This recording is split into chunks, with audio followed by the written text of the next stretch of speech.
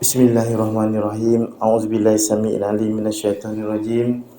Assalamualaikum warahmatullahi taala wabarakatuh. Alhamdulillahi rabbil alamin.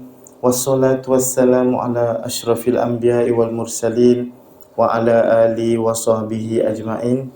Qalu subhanaka la ilma lana illa ma 'allamtana innaka antal alimul hakim. Rabbi shrah li sadri wa yassir li amri wahlul 'uqdatam min lisani yafqahu qawli. Allahumma faqihna fid din wa 'allimna bitakwil. Amma ba'. Jadi sekali lagi, apa khabar semua? Sihat nah? Okey, alhamdulillah, muslimin, muslimat, hadirin hadirat, sahabatku, saudaraku yang dimuliakan Allah Subhanahu wa taala. Pertama-tamanya kita merafakkan kesyukuran kehadrat Allah Subhanahu wa taala, Tuhan empunya dunia ini, yang mana dengan izin rahmat, limpah kurnia kasih sayangnya, maka kita dapat bertemu lagi dalam satu halaqah, iaitu JMM, Jalan Menuju Mabrur. Mudah-mudahan wa ima, apa juga yang kita laksanakan, apa juga yang kita perlakukan pada hari ini hingga bila-bila diberikan keberkatan, inayah, taufik dan hidayah Allah Subhanahu wa taala, insya-Allah. Amin. Amin ya rabbal alamin. Jadi alhamdulillah rabbil alamin, hari ini cuaca masya-Allah tabarakallah, masa datang tadi panas tuan-tuan. Sekarang ni alhamdulillah daripada tingkat 9 kita lihat dah mula redup-redup sikit. Alhamdulillah, tu barakah namanya. Allah berikan sejuk sikit bumi ni ya, insya-Allah. Okey, jadi alhamdulillah, sebelum kita meneruskan pengajian kita dalam kitab ibadah haji, Babul Haji wal Umrah serta ziarah Madinah Al-Munawwarah, insya-Allah hari ini alhamdulillah rabbil alamin, kita berehat sebentar, tarik nafas panjang-panjang, tarik nafas dalam-dalam setelah kita menempuh perjalanan dunia daripada sejak subuh tadi sampailah dalam amanah masing-masing, dalam keadaan hiruk pikuk dunia, dalam keadaan kita menunaikan amanah majikan kita. Alhamdulillah, dalam kadar waktu ini insya-Allah sebentar nanti kita akan menunaikan solat fardu zuhur bersama-sama secara berjemaah, dan kita dapat menunaikan hak-hak Allah terhadap kita. Dan sebelum itu kita sambung sikit dengan pengajian bersiri, iaitu kitab Babul Haji dan Umrah. Ahlan wa sahlan wa marhaban bikum. Jadi selamat datang diucapkan kepada para pelayar-pelayar media massa, sosial media, dan juga muslimin, muslimat, hadirin hadirat yang berada di Surau Darul Ilmi, agensi penguatkuasaan maritim Malaysia. Dan mudah-mudahan semua, walau di mana juga kita berada, kita beroleh keberkatan dan juga keridaan dan kasih sayang Allah Subhanahu wa taala, insya-Allah. Amin ya. InsyaAllah, mari pada tengah hari yang berbahagia ini kita sama-sama zikrullah, sama-sama menghayati satu perjalanan istighfar kita. Mudah-mudahan dengan istighfar, dengan zikrullah itu akan menjadikan kita, jiwa itu menjadi tenang. Maklumlah dengan berbagai menah dan tribulasi yang kita sedang hadapi masa hari ini, masya-Allah tabarakallah. Jadi kita luruskan niat kita, alhamdulillah ya Allah, di atas segala nikmat-nikmat yang Allah beri pada kita, dan alhamdulillah juga di atas ujian yang Allah sedang beri pada kita pada hari ini. Dengan ucapan alhamdulillah itu, mudah-mudahan Allah redha ke atas kita dan kita juga redha ke atas Allah Subhanahu wa taala, insya-Allah. Astaghfirullahalazim allazi la ilaha illa huwal hayyul qayyum wa atubu ilaihi.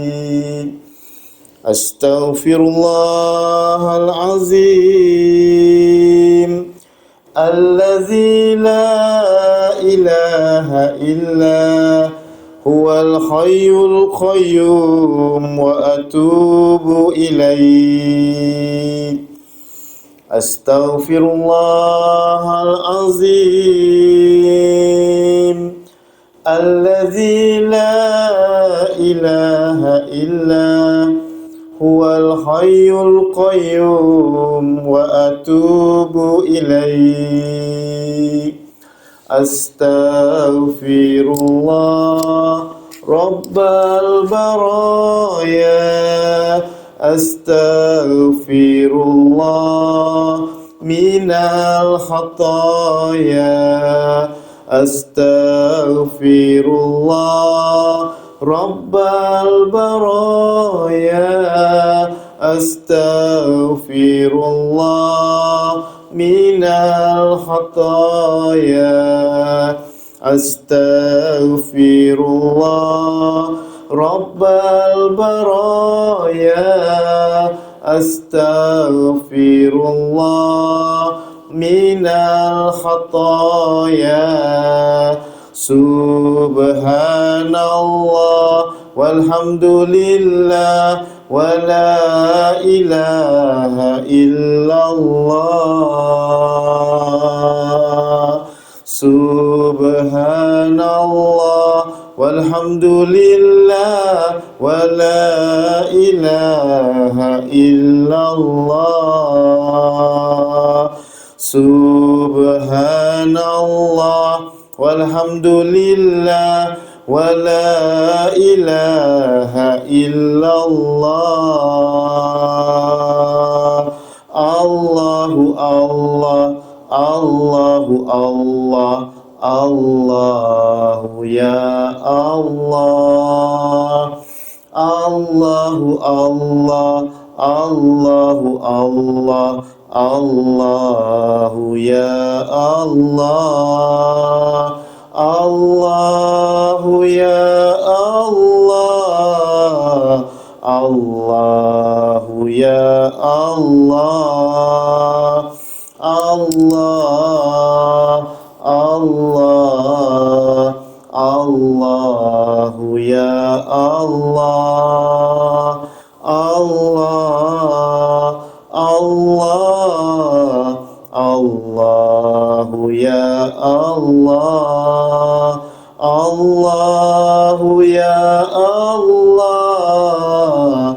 Allahu ya Allah. Tubna ya Allah. Tubna ya Allah. Wa raja'na ya Allah. Wa raja'na ya Allah. Wa nadimna, wa nadimna, wa nadimna ya Allah. Allahu Allah, Allahu Allah, Allahu ya Allah. Allahu ya Allah. Allahu ya Allah. Hasbi Rabbi Jallallah ma fi qalbi ghairullah. Nur Muhammad sallallahu la ilaha illallah. Hasbi Rabbi Jallallah ma fi qalbi ghairullah. Nur Muhammad sallallahu la ilaha illallah. Hasbi Rabbi Jallallah ma fi qalbi ghairullah. Nur Muhammad sallallahu haqqu la ilaha illallah. Sallu ala nabi. Allahumma salli ala Muhammad wa ala ali Muhammad kama sallaita ala Ibrahim wa ala ali Ibrahim wa barik ala Muhammad wa ala ali Muhammad kama barakta ala Ibrahim wa ala ahli Ibrahim fil alamin innaka Hamidum Majid. Al-Fatihah. A'udzubillahi minasyaitonir rajim. Bismillahirrahmanirrahim. Alhamdulillahi rabbil alamin arrahmanir rahim maliki yaumiddin. Iyyaka na'budu wa iyyaka nasta'in. Ihdinas siratal mustaqim. Siratal ladzina an'amta 'alaihim ghairil maghdubi 'alaihim waladdallin. Amin. Alhamdulillah, amin ya rabbal alamin.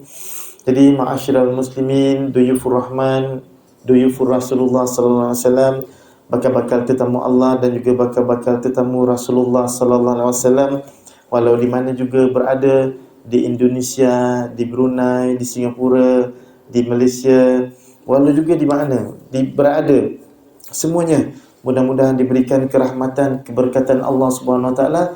Mudah-mudahan dapat menaikkan haji dan umrah berulang kali ke Makkah Al-Mukarramah dan dapat berjumpa dengan kekasih kita semua, baginda Rasulullah sallallahu alaihi wasallam, berulang kali insya-Allah. Amin ya rabbal alamin. Baiklah. Pada minggu yang sudah dalam ulasan pengajian kitab ibadah haji dan umrah ini, kita telah belajar tentang apa makna dam. Maksudnya pengertian dam. Apa itu dam? Pengertian dam adalah bererti darah dari segi bahasa darah, dan secara syarak bererti ibadah gantian berupa binatang al-an'am yang disembelih seperti unta, lembu, kambing kibas atau gantiannya daripada makanan di tanah haram atau puasa yang dikenakan ke atas mereka yang menunaikan haji serta umrah di atas sebab-sebab tertentu.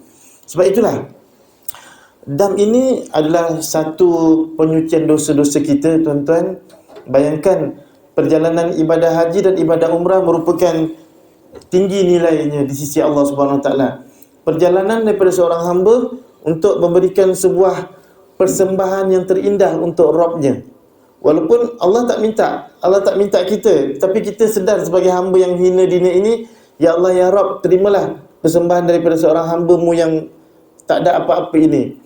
Mudah-mudahan dengan niat yang betul, dengan segala jaga pantang larangnya, dengan hati yang bersih dan suci itu, mudah-mudahan Allah terima kita sebagai haji yang mabrur dan umrah yang mabrurah serta doa-doa yang makbulah, dan tidak ada balasan lain selain daripada masuk syurga Allah Subhanahu Wa Taala. Tetapi kita bimbang dengan persembahan yang tak cantik kerana niat tak betul, dengan tak jaga pantang larang, cincai, bocai.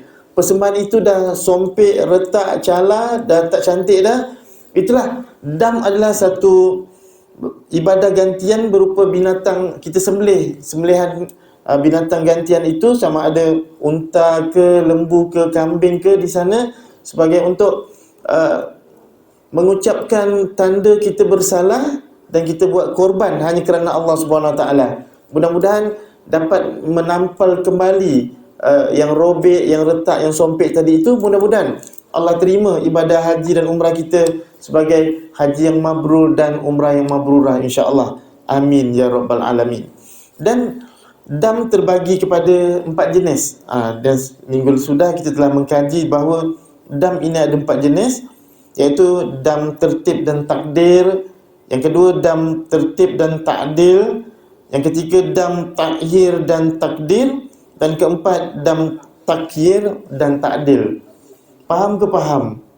Ustaz cakap apa nak faham je Ustaz. Betul, okey. Jadi insya-Allah kita go one by one. Okey. Okey, yang pertama kita pergi kepada, insya-Allah kalau siapa ada kitab, kita buka muka surat 188. Kita buka pada page 188.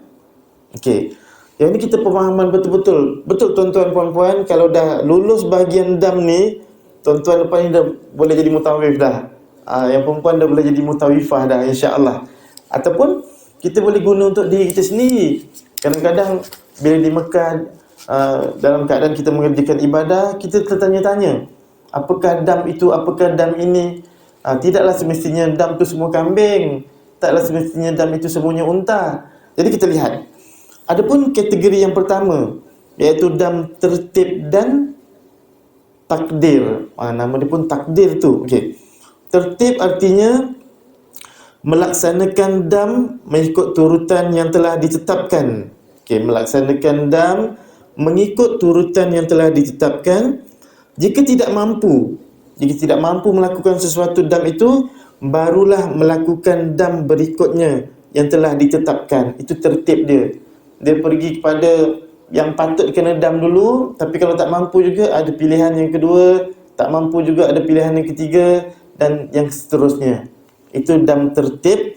Manakala takdir artinya kadar. Itu takdir artinya kadar dam yang telah ditetapkan oleh syarak. Yang ni memang kita kena ikut betul-betul lah, kerana ini merupakan perjanjian ataupun syarak menyatakan begitu. So kita insya-Allah jangan ada dakwa-dakwi lagi.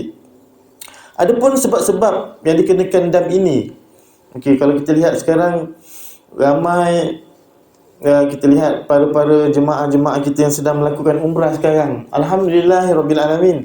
Semalam kerajaan Saudi Arabia telah mengesahkan bahawa para umrah muktamirin yang nak masuk ke dalam kota suci Mekah atau Madinah Al-Munawwarah untuk mengerjakan umrah tidak perlu lagi PCR test. Takbir. Allahu Akbar.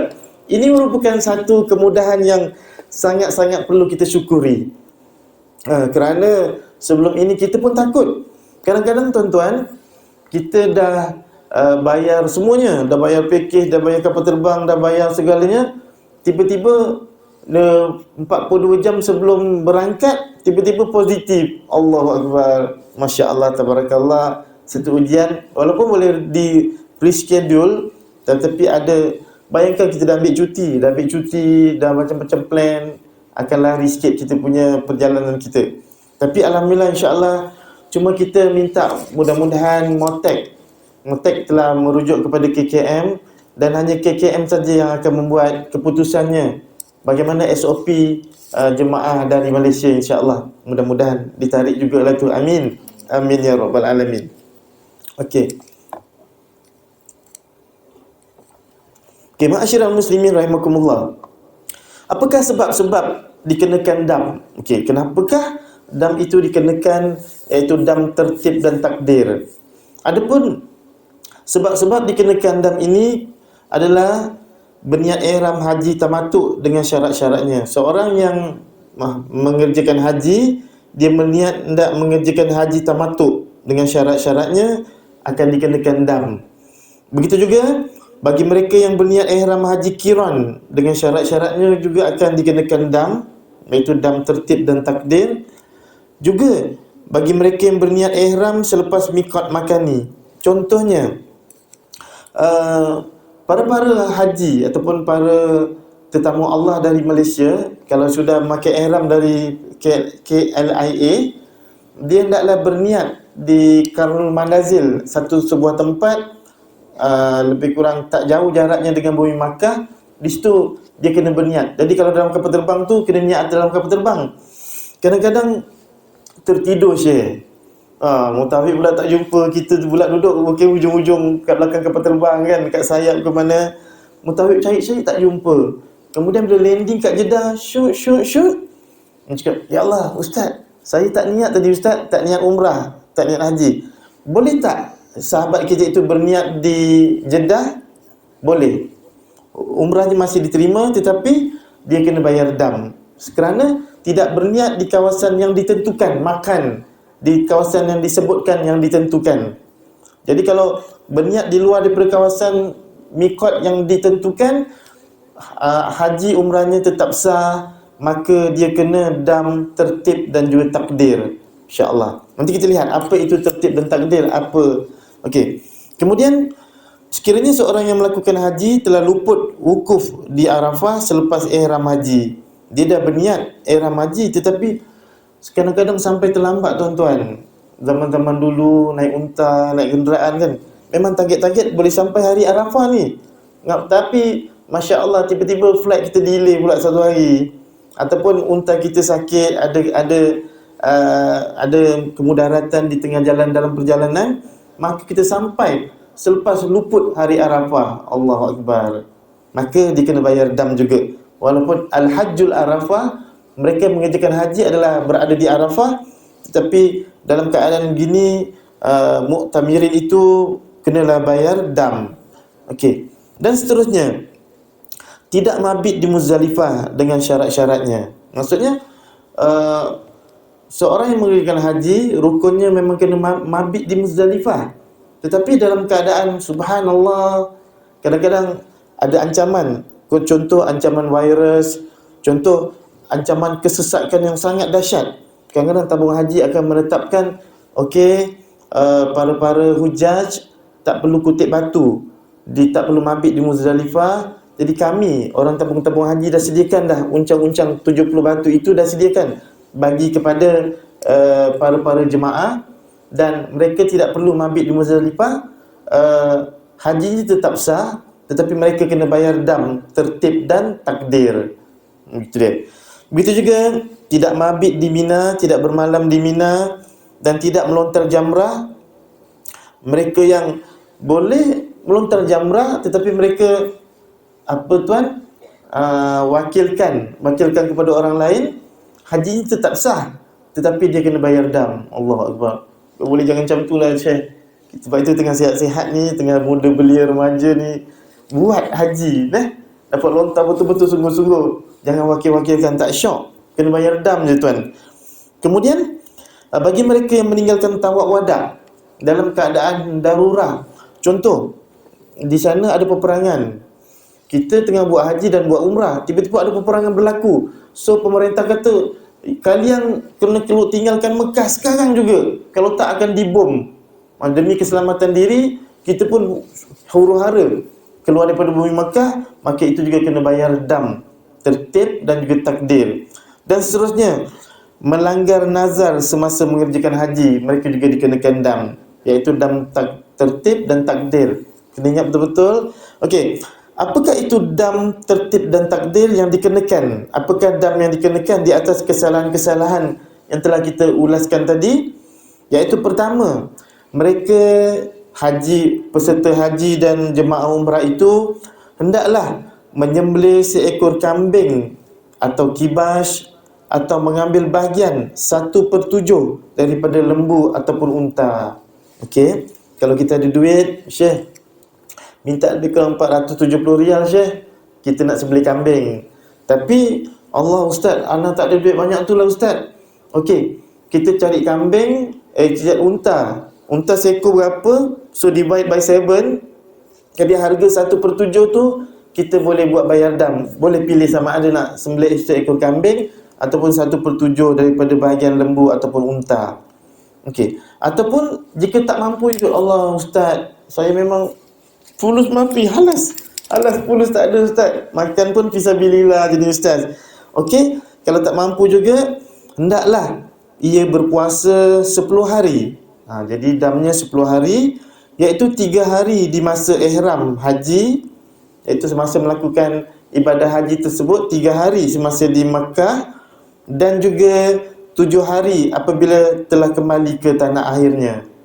Itu dia. Totalnya 10 hari, maka lakukan puasa semasa dalam ihram haji tersebut 3 hari. Baki itu selepas balik Malaysia, saja aku puasa esok hari kerana membayar dam, kerana menebus dam hajiku, ya Allah, yang 10 hari tadi tu kan. Kalau umrah begitu juga, tuan. Begitu juga. Tapi kalau boleh tu jagalah betul-betul, sungguh-sungguh lah. Jaga betul-betul, insya-Allah. Okey. Dan tak mampu juga, ada kekangan untuk berpuasa, maka dia diberi pilihan, iaitu memberi sedekah 10 cupak makanan asasi. Kalau di Arab Saudi kita ambil gandum lah, gandum dia, sebab dia orang lebih suka gandum daripada beras di sana. Kalau kita makan nasi, Syekh, makan nasi Arab, kalau kita tinggal nasi tu, baki-baki nasi atas meja, dia tak kutip. Tapi kalau antum tinggalkan roti, Masya Allah, walaupun roti dah jatuh kat tanah, ataupun dalam Masjid Nabawi kita buka puasa, kita tinggalkan roti di atas sapra tu, dia akan kutip roti. Roti tu dia memang cukup sayang betul, dia jaga betul rezeki tu, gandum. Jadi kita ambil harga, memberi makan sedekah 10 cupak makanan asasi mengikut kiraan secupak kali 10 hari. Contohnya gandum. Satu cupak gandum tu contohnya harganya 10 rial. 10 rial. Jadi dikalikan 10 hari, iaitu sehari tu 10 rial, 10 rial, 10 rial bagi makan kepada seorang fakir miskin. Maksudnya bukan orang yang sama tu. Boleh. Mungkin hari ni kita jumpa orang lain. Bismillahirrahmanirrahim. Ya Allah, ni dam 10 rial aku untuk melanggar tadi. Ya Allah, satu hari 10 rial, satu hari 10 rial, satu hari 10 rial. Orang-orang yang berlainan. Cantiknya gitu. Sebab Islam ni agama yang adil. Allah nak kita punya rezeki tu akan dapat dirasai oleh, kalau boleh, semua orang fakir di bumi Makkah Al-Mukarramah. Okey. Jadi lepas tu bayar tu saya kalau ada kesilapan tu bayar dah. Waktu ambil tangguh dah. kalau boleh elok bayar terus. Contoh dalam keadaan haji kena bayar terus. Dalam keadaan umrah, kita ada umrah pertama, umrah kedua, umrah ketiga. Dalam masa kita melakukan umrah pertama itu, kita dapati ada kesilapan. Maka sebelum melakukan umrah yang kedua, tersettle dulu dam yang kesilapan umrah pertama tersebut. Maka jangan dikumpul-kumpul, nanti takut tak ingat dan takut tak termampu. Lebih afdalnya halas umrah pertama, kita settlekan dulu dam-dam yang umrah pertama tersebut. Okey. Dan muslimat ada masalah sikit untuk nak beri dam-dam kepada fakir miskin. Sebab kebanyakan fakir yang kita tengok tu lelaki je kat sana, yang tukang sapu, banyak yang minta-minta fisabilillah lelaki. Tapi muslimat bolehlah pergi ke bawah bangunan, antara bangunan Abrash Tower dengan Hilton. Bawah tu ada tempat kedai-kedai. Ada kedai-kedai jualan nasi biryani, kedai mamak. Kalau kita mamak tapi sana Arabik, di sana memang dia ada sediakan untuk fisabilillah. Contoh, kita ada duit 100, contohlah kita ada dam 10 rial atau berapa rial, bagikan kepada toke kedai tersebut, katakan ini dam untuk seorang fakir. Jadi dia akan buat makanan yang harganya 10 rial, dia akan bungkus bagi kepada fisabilillah kat sana. Untuk muslimat. Kalau untuk lelaki, pergi sendiri okey. Pergi sendiri, deal dengan orang tu, ataupun kita beli makanan yang harganya 10 rial, kita bagi dekat fakir. Tapi dia orang punya serbu lain macam je. Kita barang sikit, kita ada 3, 4, 5, dia orang punya serbu tu, subhanallah, sampai kita tak boleh jawab apa Syekh. Sedih, kita menangis kat situ. Ya Allah, tak cukup ya Allah. Dia orang punya kehendak tu luar biasa. Orang-orang miskin, subhanallah. Okay, jadi kalau tak berkuasa juga untuk memberikan 10 cupak makanan asasi kepada fakir miskin, hendak tertanggunglah zimmah ke atasnya. Patut tertanggunglah hutangnya ke atas Allah Subhanahu Wa Taala. Maka berdoalah pada Allah, mudah-mudahan Allah maafkan kita, tak mampu ya Allah. Tapi puasalah Syekh, kita ambil puasa kat sini pun okey lah. Kalau tak mampu juga banyak pilihan. Itu dia dam tertib dan takdir, iaitu mengikut ada peringkat-peringkatnya dan juga ada kadarnya. Itu tertib dan takdir. Okey, manakala dam, kategori dam yang kedua, iaitu dam tertib dan takdil. Yang depan dia sama, tertib. Yang tadi takdir ditukar dengan takdil. Tertib artinya melaksanakan dam mengikut turutan yang telah ditetapkan. Jika tidak mampu, barulah melakukan dam berikutnya yang telah ditetapkan. Itu tertibnya tadi sama. Manakala ta'dil. Ta'dil apa maksud dia Ustaz? Ta'dil ke? La, artinya dam yang sebandingan dengannya, iaitu dam yang sebanding dengannya. Contoh, perkara-perkara ini yang dikenakan dam atas sebab melakukan persetubuhan selepas berniat ihram haji sebelum tahlul awal. Berat ni Syekh. Dia dah niat nak buat haji, tapi belum habis tahlul awal, dia sudah melekat pula dengan pasangannya bersamanya. Maka dam yang dikenakan adalah menyembelih seekor unta bagi suami saja. Okey, kita kat situ dulu lah. Kita dapat bayangkan kalau kita dah niat ihram, but then sebelum nafar awal kita dah bersama dengan isteri kita, maka damnya, tertibnya adalah seekor unta. Okey. Yang kedua, kesalahan melakukan persetubuhan selepas berniat ihram umrah sebelum tahallul. Okey. Melakukan persetubuhan selepas berniat ihram atau umrah sebelum tahallul, maka dia punya dam dia juga adalah menyembelih seekor unta bagi lelaki, suami saja. Ustaz, mana adil Ustaz? Berseronok bersama-sama, kena dam seorang-seorang badan muka. Sebab itulah ar-rijalul qawwamun 'alan nisa.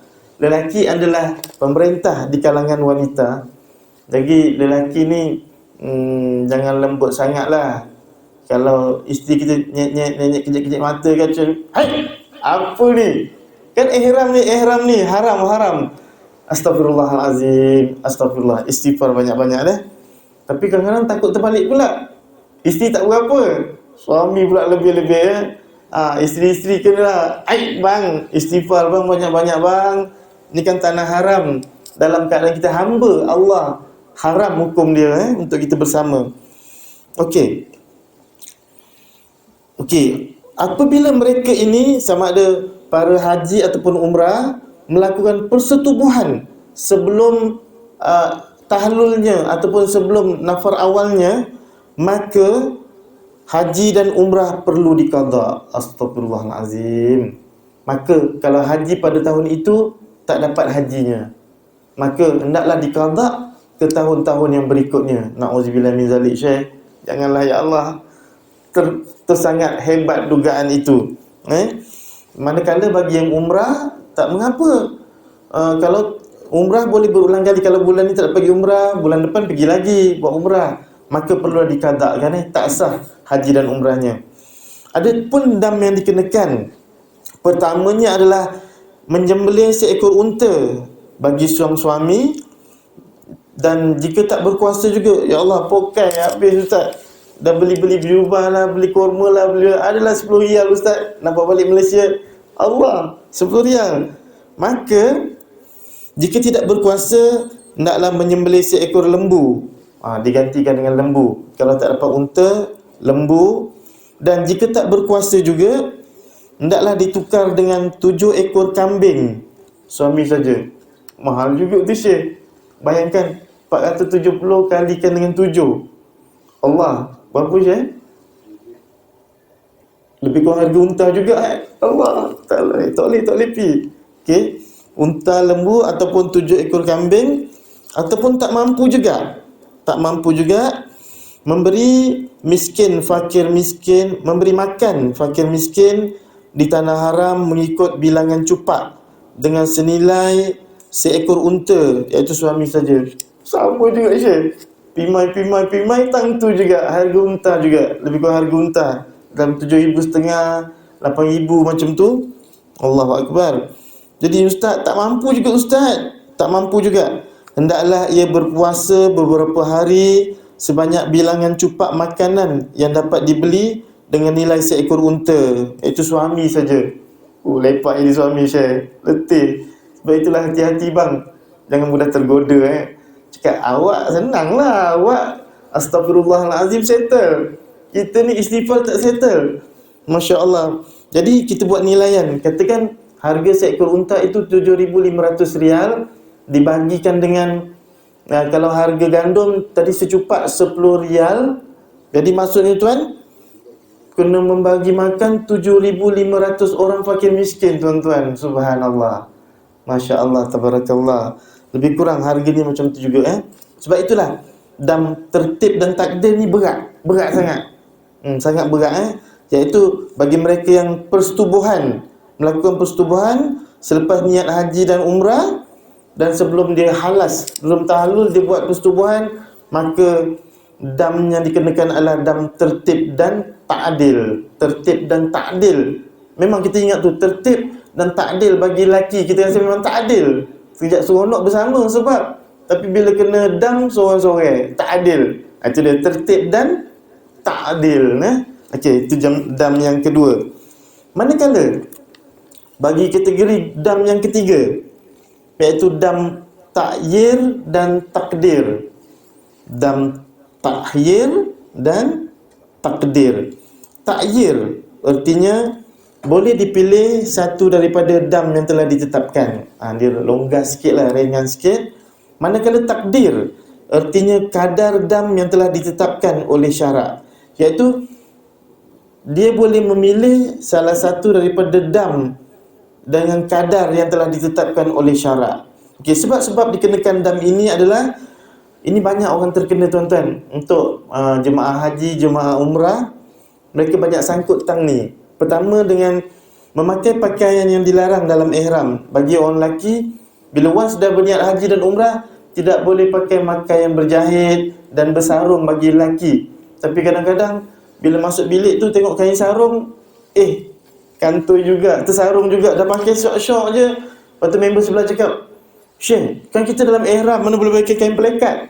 Jadi cepat-cepat, astagfirullahaladzim, lepaskan dengan kadar segera. Okey, lepaskan dengan kadar segera. Yang tu nanti kita tengok apa nak buat. Okey. Maka bagi mereka yang memakai pakaian yang dilarang dalam ihram, memakai wangi-wangian dan juga memakai minyak di kepala, janggut, semua bulu selain daripada bulu yang tumbuh di pipi dan dahi, dan juga mereka yang memotong, menanggalkan, membinasakan, mengerat kuku 3 puntung atau lebih. Maksudnya kalau 1, 2 tak mengapa, istighfar. Tapi kalau dah 5 ustaz, syok je, cantik je duduk kat bilik nak nunggu solat zuhur, awak pun jumpa ketik kuku, tik tik tik tik tik sampai habis semua kuku, maka kena dam. Okey. Ataupun mereka yang membuat, mencabut, menggunting 3 helai rambut atau bulu dari badan. Apa-apa bulu daripada badan, tengok Allah ada bulu panjang pula, itu pun tarik 1, bulu hidung panjang pula, bulu hidung lagi pun tarik 1, 2, 3, maka kenakan dam. Kemudian melakukan persetubuhan selepas tahlul awal sebelum tahlul sani. Selepas dia jamrah yang pertama tu, dia balik Mekah, kemudian dia duduk hotel, dia bersama dengan isterinya. Allahu Akbar. Dan melakukan persetubuhan selepas persetubuhan yang merosakkan haji. Maksudnya double Syekh.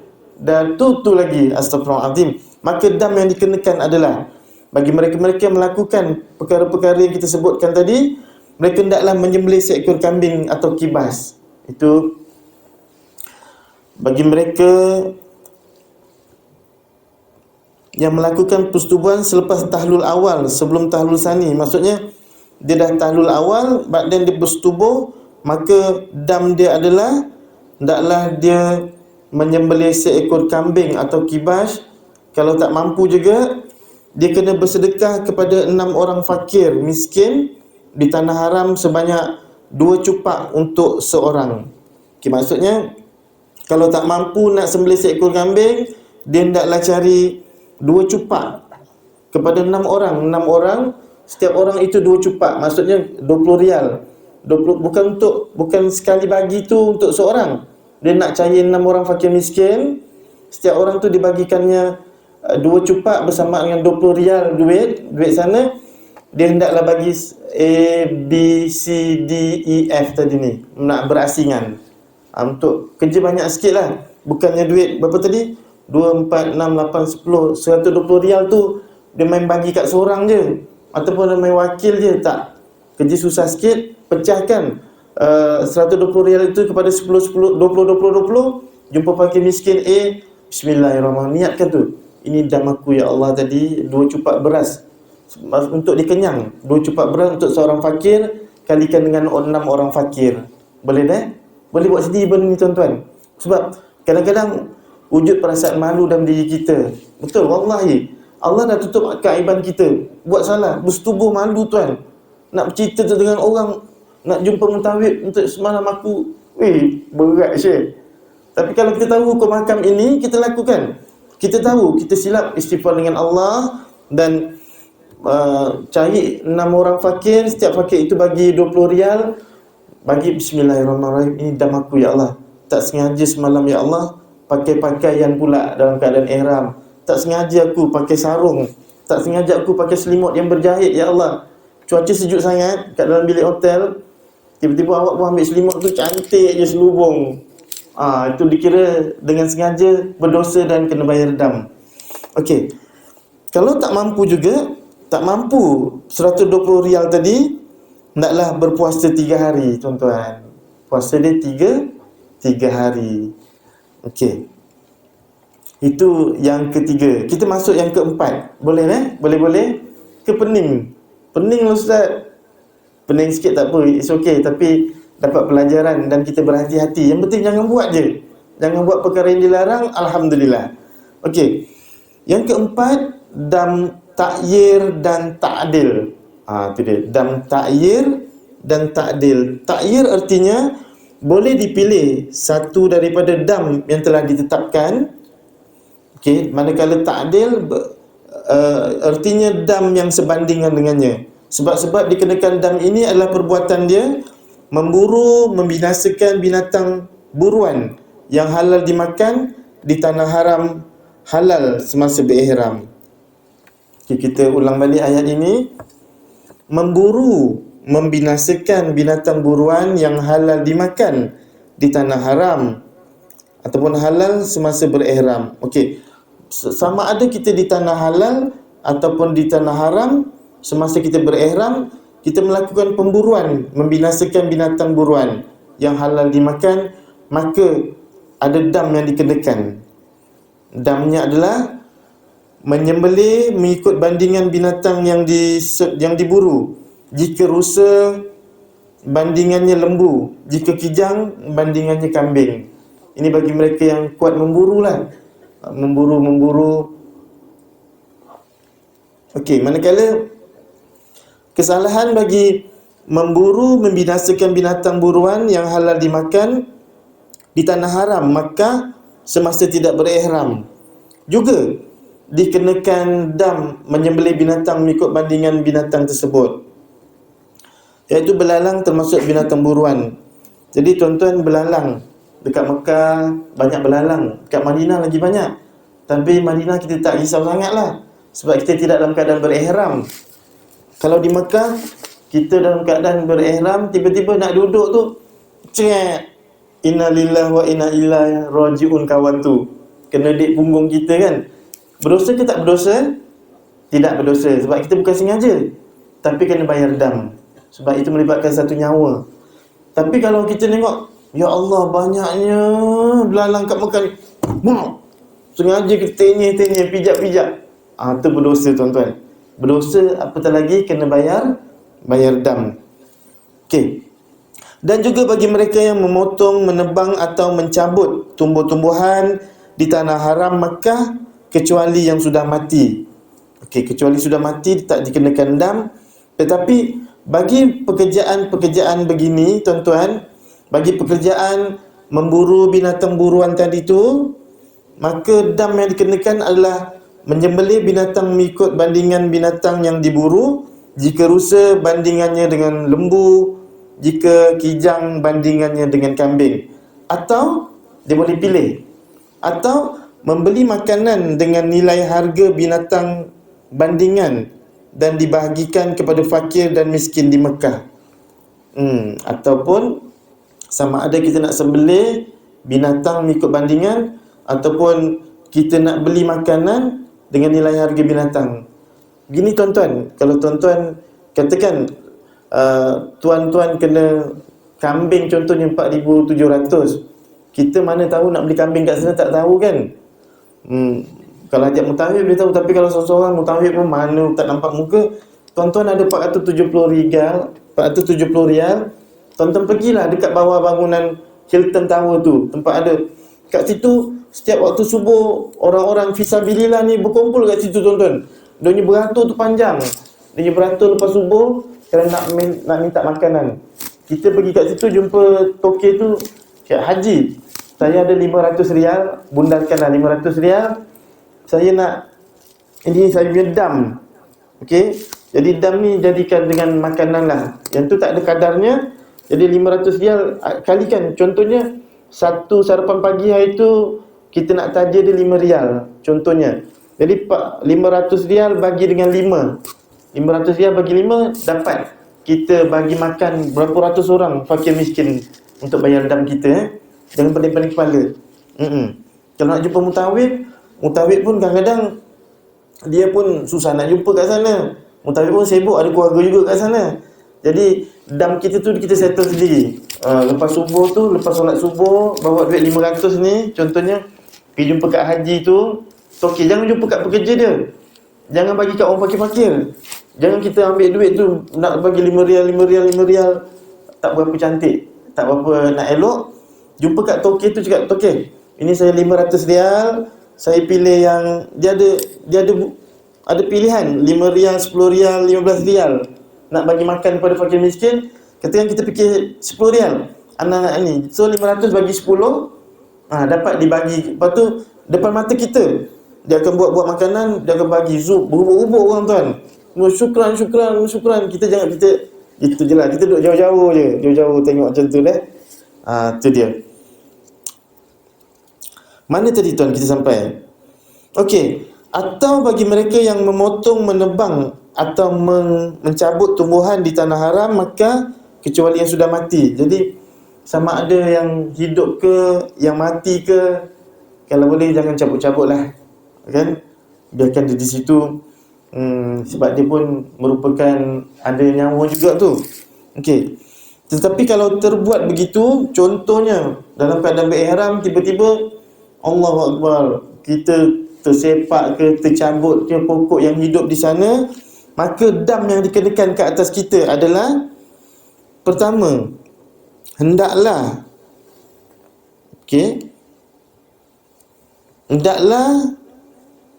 mengikut bandingan. Okey, sama juga tadi macam di atas, menyembelih binatang atau membeli makanan, atau hendaklah ia berpuasa beberapa hari. Hendaklah berpuasa beberapa hari sebanyak bilangan cupak makanan yang dapat dibeli dengan harga nilainya, iaitu 1 cupak 1 hari. So kita nilaikan kambing tersebut 470 bagikan dengan 10, 1 cupak, maka dapat berapa? Jadi itulah nilai yang kita kena berpuasa sepanjangnya. Ataupun mengikut bandingan pokok yang dipotong atau ditebang atau dicabut.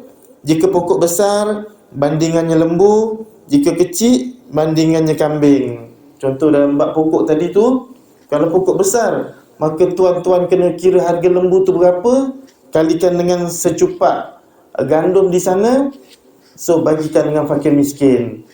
Kalau pokok tu kecil, contoh, "Alah ustaz, saya terpetik sekuntum bunga ros je di Makkah."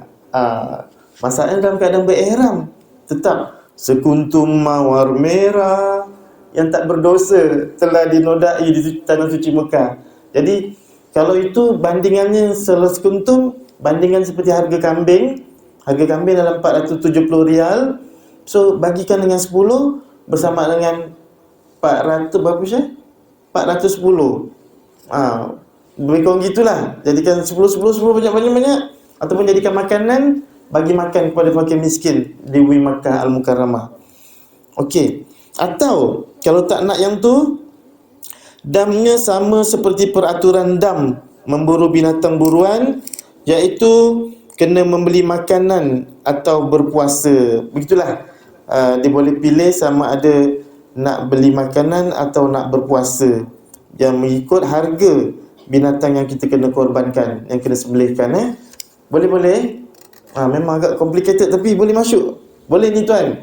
Yang penting jangan ingat dalam keadaan kita berihram ni, ya Allahu Akbar, jangan rapat-rapat dengan isteri sangat. Jaga kelakuan kita, jangan langgar pantang larang dalam ihram. Contohnya, tak boleh tutup, yang lelaki tak boleh tutup kepala, tak boleh pakai pakaian berjahit dan bersarung, tak boleh pakai minyak wangi, tak boleh cabut-cabut bulu-bulu ni, jangan itu. Okey. Yang perempuan jangan tutup muka, jangan tapi dalam keadaan darurat bolehlah, macam harus waktu ni pakai mask boleh. Jangan pakai minyak wangi, jangan tarik rambut, jangan rapat sangat dengan suami. Tu waktu kita berihram. Okey. Jadi mudah-mudahan dalam bab dam ni sangat jelas tuan-tuan. Sangat jelas, supaya ini sebagai satu batasan bahawa kita ni seorang hamba. Seorang hamba sudah tentulah kena jaga-jaga perbuatannya, kelakuannya, wa imma niatnya pun Allah tahu. Kalau sebab itulah, kalau katakan pada tahun tersebut tidak sah haji kita, maka wajib kita qada untuk tahun-tahun ke hadapan. Kalau senang pergi tak apa. Dalam hal keadaan sekarang ni tuan-tuan, mungkin haji kita seumur hidup itulah sekali haji kita. Allahu Akbar. Jadi hati-hati, pasakkan dalam diri, ya Allah, ada kata inilah umrah dan haji yang terakhir aku, ya Allah, maka aku nak buat paling baik, paling best. Jangan ada dam-dam wa imah sekalipun. Jaga terus. Kita sentiasa badi-badi kat sana. Jumpa sahabat-sahabat, pantau-pantau. Kalau ada orang rumah kita rambut dia terkeluar, kita tegur, yang rambut keluar masukkan. Kadang dia tak perasan. Kita kena badi-badi kat sana. Okey. Adapun larangan ihram yang dilakukan dengan sengaja. Mari kita sentuh sikit. Buat dengan sengaja sudah tentu berdosa. Dan apakah dam-damnya? Okey. Ada terdapat beberapa jenis dam yang dikenakan, iaitu jenis tarafu, jenis itlaf. Iaitu tarafu jenis berseronok-seronok atau bersenang atau bersedap-sedapan. Tarafu maksud dia berseronok-seronok, bersenang-senangan atau bersedap-sedapan. Seperti menutup kepala. Menutup kepala bagi lelaki dan pakaian bersarung bagi lelaki, menutup muka bagi wanita dan pakai sarung tangan bagi lelaki dan wanita, dan pakai bau-bauan bagi lelaki dan wanita, dan pakai minyak di kepala dan janggut bagi lelaki dan wanita. Jima, dan juga jima ni bagi lelaki, mukaddimah jima bagi lelaki dan wanita, dan juga akad nikah. Ini dikategorikan dalam perkara tarafu, iaitu berseronok-berseronok. Maka sekiranya tidak sengaja, tidak kena dam. Contoh kita lihat, jika tidak sengaja, tidak kena dam dan tidak berdosa, dengan syarat segera meninggalkan larangan ihram tersebut. Jika sengaja, maka berdosa dan dikenakan dam. Contoh tuan-tuan. Contohnya, tuan-tuan kita masuk toilet, kita lelaki, kita dah nak buang air besar, nak buang air kecil, biasa kita tutup kepala kita, sunnahnya begitu. Jadi dalam keadaan kita berihram, tuan nak masuk tandas, tiba-tiba kita pakai ni. Dalam tandas, tiba-tiba tengok kat cermin, nampak muka sendiri, kita teringat kita sedang berihram, kita terus astagfirullahalazim. Astagfirullahalazim. Maksudnya tidak berdosa, sebab bukan sengaja. Tidak berdosa dan tidak dikenakan dam. Tetapi andai kata tuan-tuan dah terpakai, kemudian ada member ataupun isteri cakap, bang, kan abang dalam ihram, mana boleh tutup kepala tu? Kita, taklah, peduli apa aku. Itu berdosa besar tuan-tuan. Berdosa besar dan kena bayar dam. Perkara itu, sebab itu mutawif, bila ada satu aduan, dia akan dengar betul-betul dia punya senario dia. Okey, begini dia akan dengar betul-betul. Bukan dia sengaja, bukan senang dia jatuh hukum. Tak boleh jatuh hukum suka-suka. Dia kena dengar betul-betul. Oh, dah tu Habib buat macam mana? Gitu dia tengah betul-betul, baru dia boleh buat keputusan sama ada kena bayar dam atau tidak bayar dam. Bukan senang tuan-tuan. Kemudian perkara yang kedua, iaitu menggugur, menghilang, merosakkan dan membinasa. Seperti menggugurkan rambut atau bulu di badan, ataupun mencungkil atau mengetip kuku, binatang buruan, pokok atau tumbuh-tumbuhan. Sekiranya tidak sengaja, tidak berdosa, tetapi dikenakan dam. Yang ini perkara kuat sikit. Contoh, tuan-tuan tak sengaja tarik rambut lebih daripada 3. Kalau 1, 2 is okay. Kalau lebih 3 kena kira. Tarik rambut gatal ustaz, gatal-gatal tarik, ataupun janggut. Ada jenis orang janggutnya besar, jadi dia senang gugur lebih daripada 3. Yang tu kalau tak sengaja tidak berdosa, tapi kena bayar dam. Satu helai bersama dengan beri makan 2 cupak beras kepada fakir miskin. Kena kira tu. Kalau ada, ustaz ada 5 helai ustaz, so 2, 4, 6, 8, 10, 100 rial tuan-tuan. Kepada fakir miskin. Dia 5 helai bersama dengan beri makan kepada 5 orang fakir miskin. Setiap seorang itu 2 cupak beras. Boleh? InsyaAllah. Ingat di sini boleh amalkan nanti. Kalau kita gugur rambut, contoh tengah solat, tiba-tiba tengok ada rambut pula. Allahu Akbar. Rambut, tapi kita rasa bukan rambut kita ni. Rambut kita lurus, rambut kat situ kerenteng. Tengok entah Pak Arab mana punya rambut ni kan. So abaikan. Tapi kalau tuan-tuan yakinlah yang janggut atau rambut itu rambut kita, nah, tidak sengaja tidak berdosa, tapi kena bayar dam tuan-tuan. Kalau selai tu nilaian dia, carilah seorang fakir miskin, beri 20 rial kat dia. Bismillahirrahmanirrahim. Ni dam aku. Tak sengaja ya Allah, anggota rambutku tercabut. Tak sengaja ya Allah, astagfirullahalazim, bagi halal. Mudah-mudahan Allah terima ibadah kita tuan-tuan. Disebabkan keikhlasan kita tadi ya. Allah nak menilai kita je sebenarnya. Sama ada kita jujur dengan diri atau tak jujur diri. Kalau jujur, alhamdulillah. Kalau tak jujur, lebur tuan-tuan. Sampai balik Malaysia kita terkenang-kenang. Dulu masa aku buat umrah, aku ada buat tu, buat ni, tapi tak bayar dam pun. Allah, apakah pandanganmu terhadapku ya Allah? Aku cuba menipumu ya Allah. Sedangkan kita tak boleh dapat nipu Allah. Akan ada perasaan tu, rasa bersalah. Rasa bersalah, berdosa. Jadi jiwa tak tenteram tu yang balik umrah, balik haji, tak boleh tidur malam. Astagfirullahalazim. Sebab itu tuan-tuan kena jujur diri bahawa kita buat perlakuan ibadah haji dan umrah itu bukan kerana manusia, bukan kerana makhluk, tetapi kerana Allah. Allah berfirman, "Walillahi 'alan nasi hijjil bait man istata'u ilaihi sabila. Faman kafara fa innallaha al-ghaniyyul 'anil 'alamin." Yang bermaksud sesungguhnya Allah telah mewajibkan ke atas manusia untuk datang mengunjungi Kaabah, rumah Allah yang berada di dunia ini, bagi tujuan haji dan umrah. Wajibnya sekali. Wajib tu sekali. Tetapi bagi mereka yang mampu, falyatafaddal untuk berulang-ulang kali. Berulang-ulang kali itu hukumnya sunnah. Tetapi yang wajib itu tuan-tuan, maka kata Allah wajib, mesti pergi. Sama ada haji sekali atau umrah sekali adalah wajib bagi setiap umat Islam di bawah kalimah la ilaha illallah Muhammadur Rasulullah untuk sampai ke sana. Wa man kafara fa innallaha al-ghaniyyul 'anil 'alamin. Katakan, ya Allah, sampai aku meninggal sekali pun aku tak dapat pergi ya Allah. Tak dapat membuat kewajipanmu itu ya Allah. Maka sesungguhnya Allah Maha mengetahui sama ada kita betul-betul tak mampu atau kita kufur dengan nikmat Allah Subhanahu Wa Taala. Astaghfirullahalazim. Istighfar tuan-tuan. Jadi insya-Allah mudah-mudahan perkara ini memberikan kita satu ibrah, satu pengajaran, buah amal yang kita dapat lakukan dalam perjalanan hidup kita. Baginda Nabi Isra dan Mi'raj membawa buah amal solat kepada kita hari ini.